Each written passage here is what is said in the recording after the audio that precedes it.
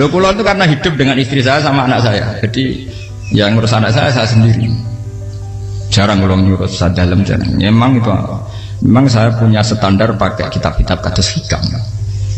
Saya ini merasa hidup di dunia itu sendiri. Saya tak warai la Allah kalau kotar. Imam yang ngarang hikam itu punya resep supaya kamu seneng terus. Liyakil lama tafrahu bihi, mesti yakin lama tahzanu bihi.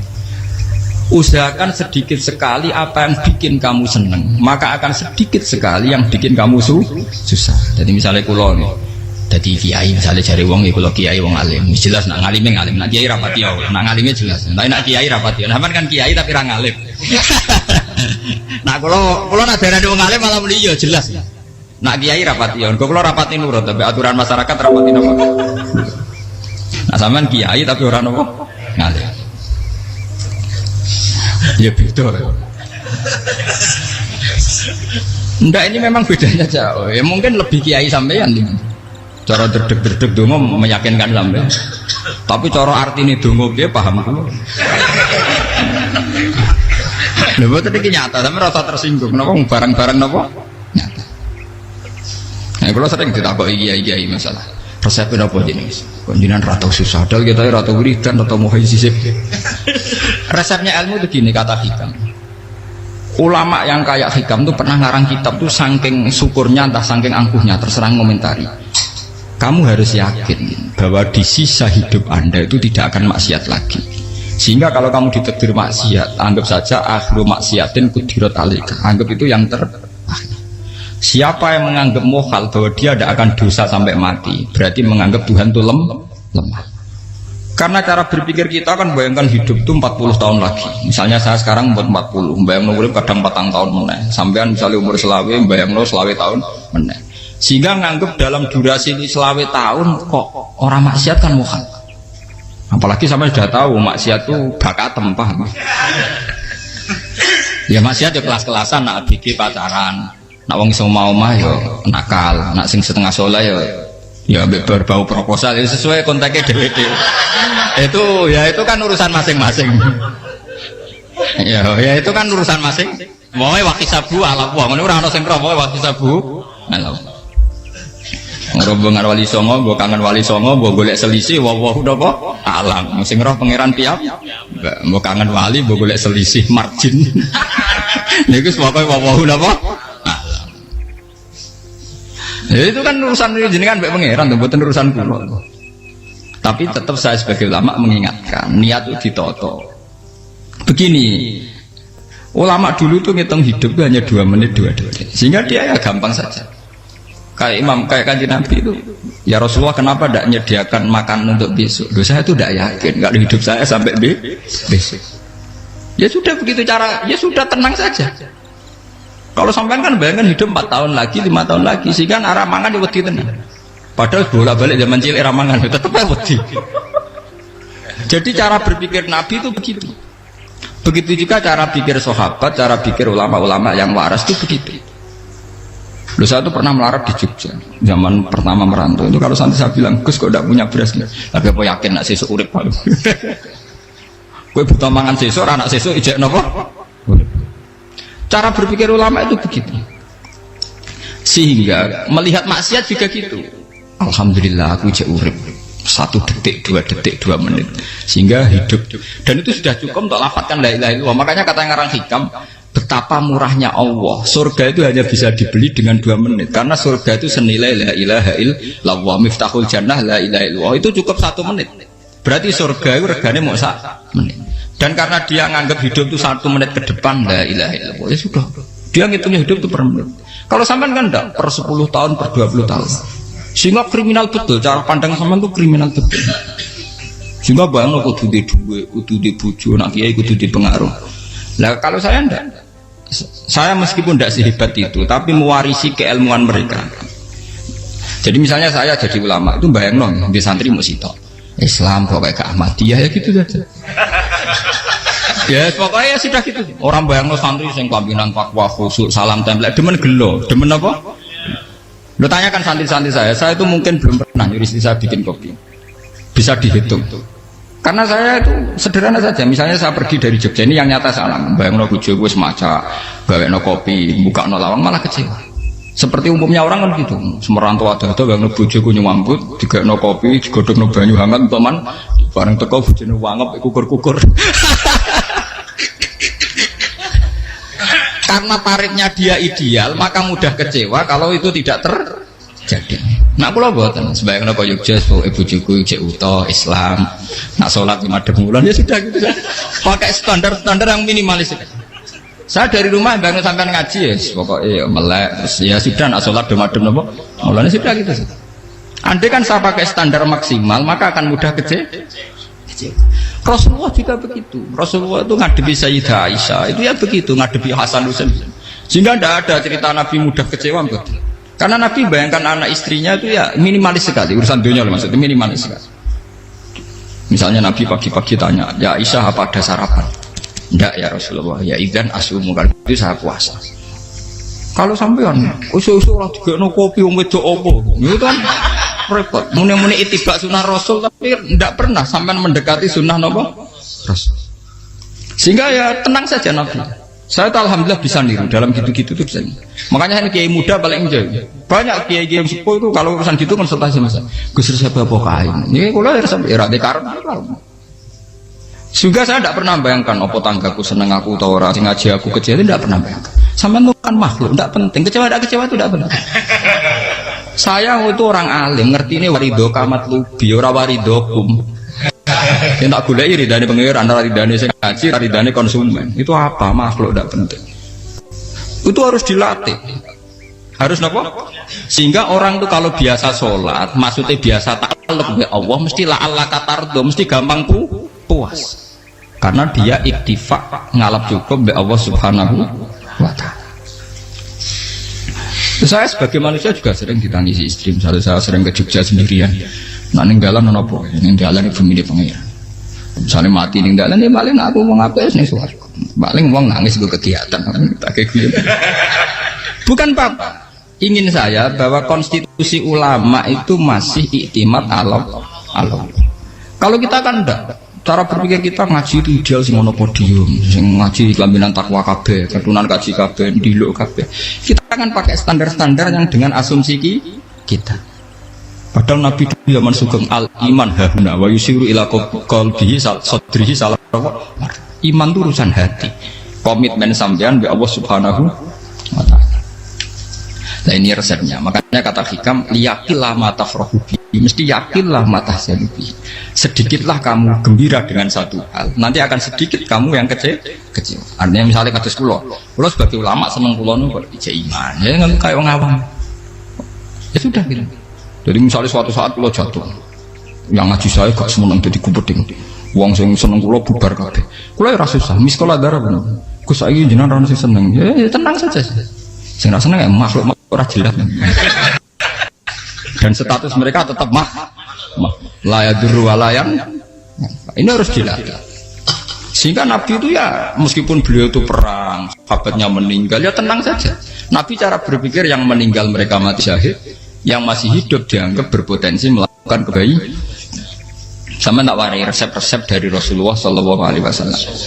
Saya ini sebetulnya memaksa, menjelaskan ini maksa, karena saya inginnya jadi ulama yang kayak umumnya orang, tidak ideal amat. Tapi kan saya ditakdir ilmunya itu ideal, jadi terpaksa saya jelaskan. Tapi kalau perilaku saya tidak akan ideal. Soalnya ngawur, saake mari kufuri pengiran nganggur bolak balik cerita. Ada seorang wali, karena dia wali itu doa di multazam, ya Allah saya ini minta satu hal. Karena dia wali maka tidak minta uang, tidak minta jabatan, minta engkau takdir saya tidak pernah maksiat. Itu kan bagus sekali, minta doa ditakdir gak maksiat kan ada. Dari pengiran malah Syafi'i. Fa'ena ada ukufran. Karena tahu maksiat malah sifat ghafurku tak ada kok endi. Gambarnya pengiran ini sifat ghafurku rak nganggur. Malah tidak ada orang selain Nabi kecuali ditakdir tahu maksiat dan sifat ghafuri pengiran efektif. Paham apa? Lara sampean kan ghafure kok nggo kabeh. Dadi karek sadidul ikop. Karena maksiate sampean sering. Jadi sifat ghafure wis berlaku aktif. Saya karek nunggu sifat sadidul ikop. Paham ya? Itu beda dengan wali-wali. sifat sadidul iqab mau aktif, mereka tidak punya dosa. Malah pangeran bingung gak kok sifat ghafuril. Apa tak kok ghafur atau dosa? Didakoki sadidul iqab gak tahu maksiat. Di pangeran malah sing bingung. Nak kowe ora tau maksiat ghafur kok tak dakoki. Kok ora tau maksiat, wong iku ora tau apa? Didakoki sadidul iqab gak mungkin atau maksiat. Lah pangeran apa dakok ghafur kan syaratnya dosa sik. Sampean kan walian. Ghafure wis dientekno. Keseringan kepake, paham ya? Karek nopo? Karek sadidul iqab. Ya itu memang standar Tuhan. Semua Quran itu kalau nyeritakan gitu, Nabi ibadi anni anal ghafurur rahim. Kaulaku ceritani aku ghafurur rahim, tapi yo ceritani wa anna adzabi wal adzabul alim. Jadi Nabi ibadi anni anal ghafurur rahim wa anna adzabi wal adzabul alim. Kalau Nabi Ibrahim, Nabi Muhammad inna rabbaka lasariul iqab. Pangeran cepat nyiksane, tapi wa innahu laghafurur. Jadi dua sifat ini pasti aktif. Dan tentu ulama itu senang sifat ghafur itu ya meskipun aktif, tapi mereka tidak pernah ngambil fasilitas sifat nopo. Kalau baleni malih.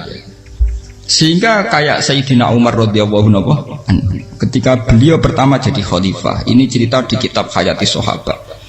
Pertama dia jadi khalifah, orang mengira dia akan ngomong hal-hal yang besar, visi besar tentang negara, visi besar tentang izzatil Islam wal muslim.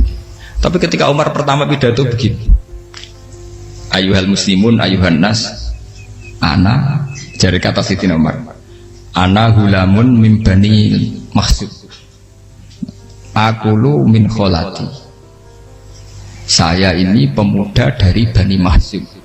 Kecil saya bisa makan karena bulik-bulik saya punya kebun kurma yang kalau saya memanen diopahi beberapa biji, dan itu menjadi kuti wahayati, menjadi saya bisa hidup. Terus wassalamualaikum warahmatullahi wabarakatuh. Orang itu penasaran semua. Orang jadi khalifah pertama dibendem jadi amirul mukminin, pidatonya ngenang masa kecilnya ra kelar mangan, kelare mangan mergo buruh bulike, paham ya? Ngondoh kurma terus dikai tamarotin, beberapa kurma sing dadekno iso, dan itu saya pakai sampai ketemu Allah Subhanahu wa taala. Saya pakai misalnya sekarang saya mulia, misalnya kalau dibilang mulia ya ono sing nyucup, ono sing husnudzon, ono sing hormat, macam-macam sawangane. Itu bodoh sekali kalau saya menikmati itu, bodoh sekali. Paling banter nikmati dicucup, dihormati itu apa? Tapi kalau nikmatnya bisa makan saat itu tuh nyawa. SBY jadi presiden prestasi, Gus Dur jadi presiden prestasi, tapi umpama presiden tetap mangan. Prestasi tertinggi adalah bisa makan selisat dirunki gojo-gonyo. Makanya Umar mengingatkan, sebetulnya nikmat tertinggi saya itu tidak saat saya jadi khalifah, saat itu kok aku iso mangan, cara gak aku mati.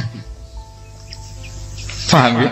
Jadi itu luar biasa. Kita ini kan menjadi angkuh karena ngitung nikmat itu yang besar-besar, punya prestasi, punya. Kalau saya enggak ngitung nikmat ya kelar mangan gak mati, kan gampang. Sehingga saya tidak mudah kecewa karena tarifnya minimalis, gak gampang apa? Jadi misalnya kalau kapan-kapan kok berhubung, Gus ini ke Tuhan rasanya jangan ngeten-ngeten. Oh makhluk itu ya gak apa-apa. Kalau disetatuskan kiai kan seakan-akan ngomongnya sakral, seakan-akan mandi. Tapi nak tak status, oh makhluk itu ngomong-ngomong ya sudah kan. Menjadi kan sudah distatuskan sebagai apa? Makhluk. Tentu makhluk statusnya la yadurru wala yanfa. Di sini ini penting. Orang-orang ahli tauhid tentu tidak punya kesusahan. Innalladzina qalu rabbuna wa tsummas taqamu. Itu mesti tidak ada kesusahan sama sekali. Misalnya ulama-ulama dulu mau mati, ya tenang saja. Mati kedua itu mati paling menantang ya, menyenangkan sekali. Karena mati yang seru itu mati zaman Al-Adam. Misalnya saya kelahiran tahun 70. Tahun 40-50 kan belum ada saya. Itu mati yang sejati karena Al-Adam. Kenapa? Al-Adam tidak ada. Mati yang nanti itu mati yang petualangan, karena saya mati setelah menyaksikan kekuasaan Allah, setelah husnudzon sama Allah, sehingga mati yang menuruti kerinduan akan ketemu sang kekasih. Makanya Jalaluddin Ar-Rumi ketika mau meninggal dan orang-orang muridnya nangis, dia marah-marah. Hei murid-muridku, betapa bodohnya engkau. Saat kayak ini yang saya tunggu, saya sudah menyesal berusaha sampai Allah dat cinta senang. Aku kecewa waktu makhluk-makhluk koyo kowe. Saiki wis wayahe aku goleki kholik dat cinta senengi malah mbok tangi. Cek bodone kowe. Saat-saat sing tenteni malah mbok tangi. Betapa aku lamanya menunggu kematian ini. Mergo hidup itu keterpisahanku mbek Allah, kemen ketemu kowe. Mulane Jalaluddin Rumilah yang mengistilahkan mati itu malam pengantin. Makanya fal'an awanu kirok minkum wa awan wisol habibi. Ini saat yang indah karena ketemu dengan berpisah dari makhluk-makhluk yang tidak penting menuju sama Habibi kekasihku. Jadi dia misalkan mati itu malam pengantin. Semenjak istilah itu populer sehingga di Jawa ana ngipi dadi nganten takwilane mati. Itu filosofi sufi, ya filosofi napa? Lah niku tenan. Begitu juga sahabat-sahabat dulu. Bilal mau meninggal, anaknya udah nangis. Bilal lagu ya. Ditanya sama anaknya, kenapa anak-anak kamu nangis? Dan jenengan badhe kapundhut. Aku malah seneng nang mati. Hudan nalqal akhibah Muhammadan wa hisbah. Aku nak urip ketemune mbek kowe terus. Malah nak mati ketemu Nabi Muhammad. Hudan nalqal akhibah Muhammadan wa hisbah. Nah, dengan cara pandang begitu maka hidup itu enjoy saja. Ya saya sebenarnya keberatan pakai kelas ini, keberatan karena saya harus ngulang sampean-sampean. Ya makanya potensi kayak saya tentu mengurangi jadwal ketemu. Makanya saya mohon kalau tidak penting itu jangan sumbang. Anggap saja itu bagian dari hormat saya. Ya minimal sampai misalnya di dua sekretari gue jajan pentolan enam lopo mau kesuwan bareng malah repot. Bos ganggu uang anak peleleran pak. Nah misalnya sampai kepen takok hukum, uang nak pinter hukumnya takokan ya ringan, takok kita tanggam paling bisa. Karena pertanyaan yang ringan tentu ya ringan-ringan saja kan. Gak perlu kiai kali sampai rasa GR. Kalau pertanyaannya angel Gus gak ada sing iso jawab. Wong nak ralim tahke, ku pertanyaannya ya ora patimu itu. Iku wis kangelan ngoten. Ini mboten ngenyek tapi padha enak. Padha napa? Makanya kalau latih. Jadi hikam sendiri itu ada manhaj, ada metode. Kalau orang supaya tardo, liyakil lama tafrahu bi, yakil lama tahzan. Anak saya itu kalau habis main pulang itu saya senengnya pol. Istri saya pernah jangan. Gus, anak mulai senengnya dek biro-biro, anakku gemulai nih ngomah, misalnya terus biye. Saya itu anakku lo main mulai itu seneng. Biro-biro anakku mulai nih ngomah. Dipanggil anak saya bapak lu senengnya sak boleh. Biro-biro ada yang manggil bapak. Jadi saya pakai standar minimalis kan. Saya tidak pernah pakai tarif. Dia anak yang ideal dihormati orang-orang. Sebenarnya anakku sujud nih pangeran, ngerti pentingnya mau tasbih. Makanya anak saya tak namakan tasbih semua. Itu ya sudah selesai. Saya tidak pernah bayangkan anak saya jadi kayak besar dihormati juga. Mari gampang kecil. Ya sekolah kan Sayyidina Umar. Saya pemuda dari Bani Makhzum. Yang kecilnya bisa makan karena buruh bulikku. Akal tuh tamarot.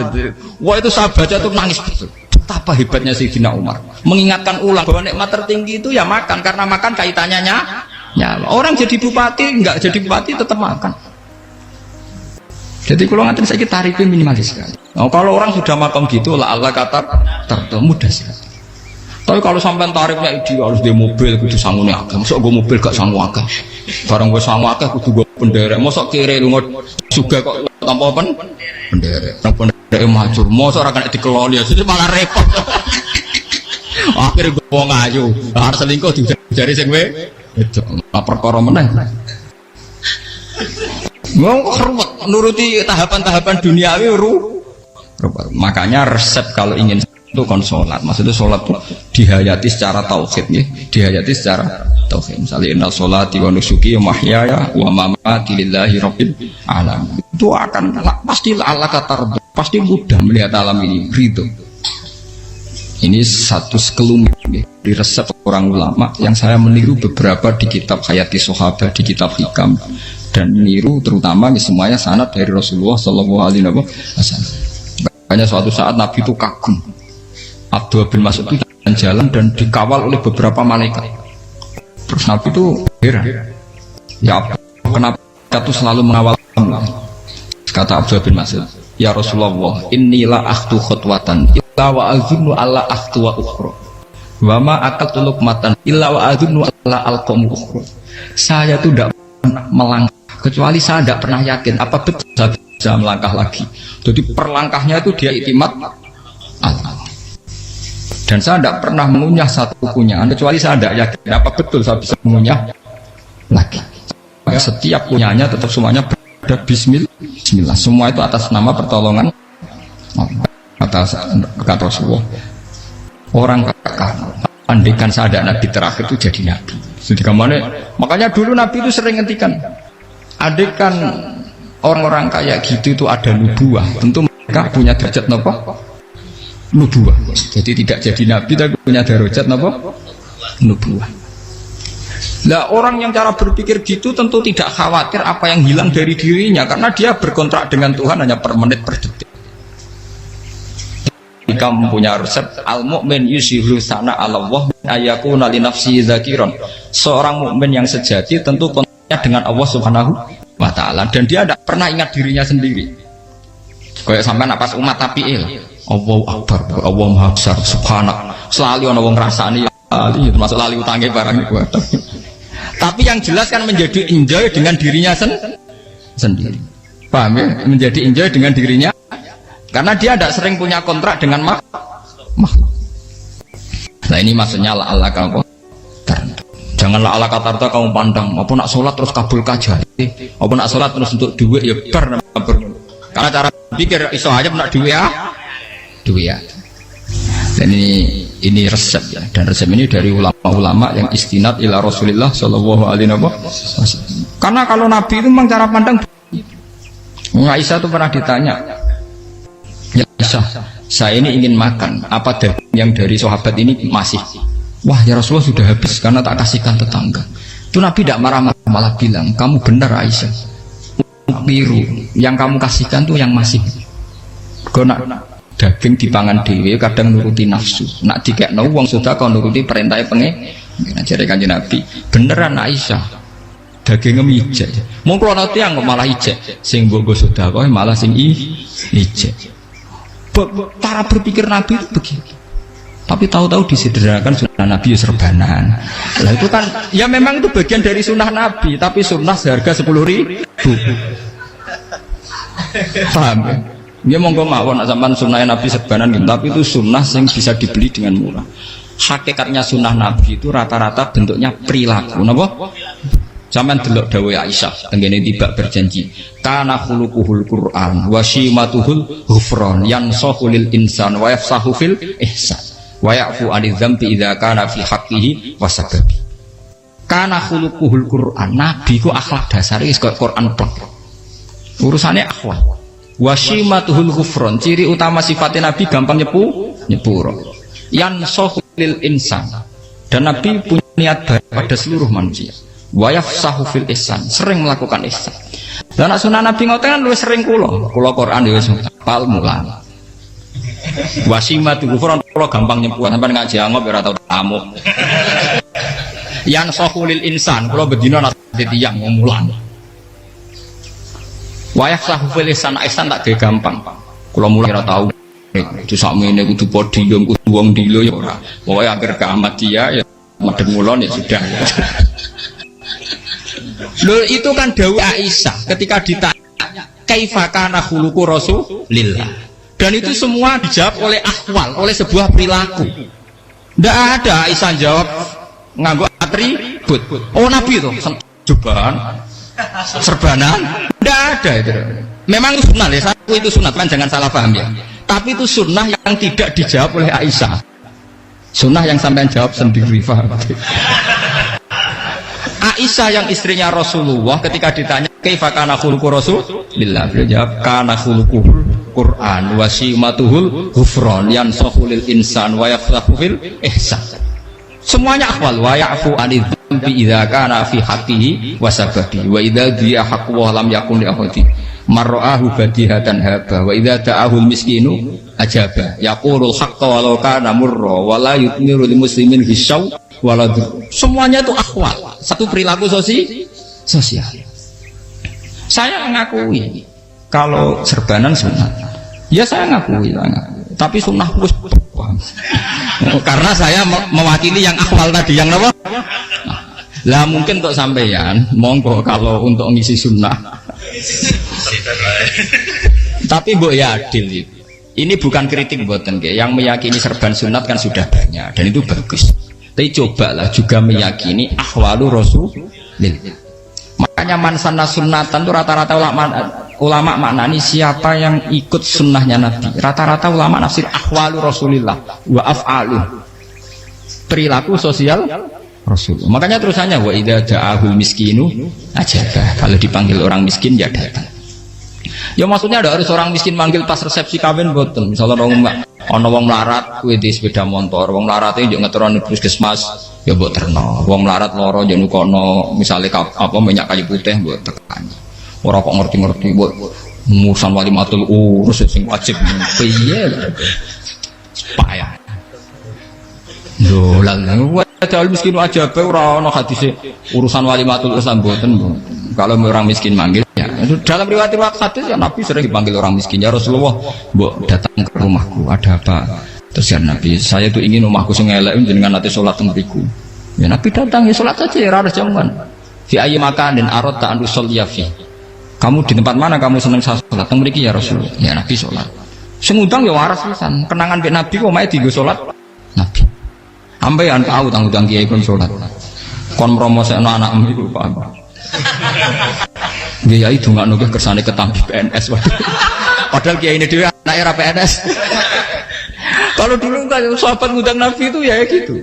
Rasulullah, saya itu ingin sekali engkau sholat di rumahku. Fatakhidahu musollan. Kemudian tempat yang pernah engkau sholati mau tak pakai musola pribadi.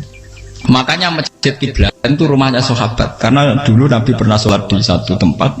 Adalah ono perintah takhlilul kiblat itu di rumahnya sahabat. Itu sahabat dulu itu kalau ngaturi Nabi itu kenanya ingin Nabi pernah sholat di situ. Nah, ilmu ngeten ini mentek. Ya untungnya nonton kulo, jadi ono sing eling-eling ya Bang. Nah, teman kudu syukur ya, artinya syukur ya. Orang kayak saya itu tidak usah sampean dikte-dikte ngikuti hukum adat. Kalau ngoten sampean gelo mergo kula ora iso teko, kula ya gelo perkarane ulama kok mbok atur. Makanya saya sering guyon cerita, saya itu kalau di pasar Pandangan dulu tuh anyaran boyong sering di pasar, ditanya sama Gus wong alim kok di pasar, piye? Aneh tuh, ya aneh kuwi. Aneh piye? Bodohnya al wong alim. Kadang masyarakat tuh tidak sadar keanehan dirinya sendiri. Mereka enak saja merasa kalau orang alim ke pasar itu aneh. Mereka tidak sadar orang bodohnya al wong alim ya aneh. Enak saja mereka mikir sepi. Faham ini supaya sampean la Allah kan apa tar. Makanya untuk Rasulullah, Nabi itu sering ngendikan nak ana tamu hormati. Tapi etika mertamu di Rasulullah itu walakin idza du'aitum. Mertamu Nabi itu nunggu ditimbali. Walakin idza du'itum du'iya mabni majhul. Ketika kamu ditimbali fatwa. Jadi ya ayyuhalladzina amanu la tadkhulu buyutan nabiyyi illa ayyudzana lakum. Jadi untuk sowan Nabi itu nunggu dipanggil. Meskipun sahabat tuh rindu Nabi, tidak berani sowan ke dalamnya Nabi. Kalau ingin ketemu Nabi di barno pas sholat jamaah, karena Nabi pasti keluar di mas. Andai kan Nabi nerima tamu di rumah, rasidu jadi Nabi. Sama nompo tamu.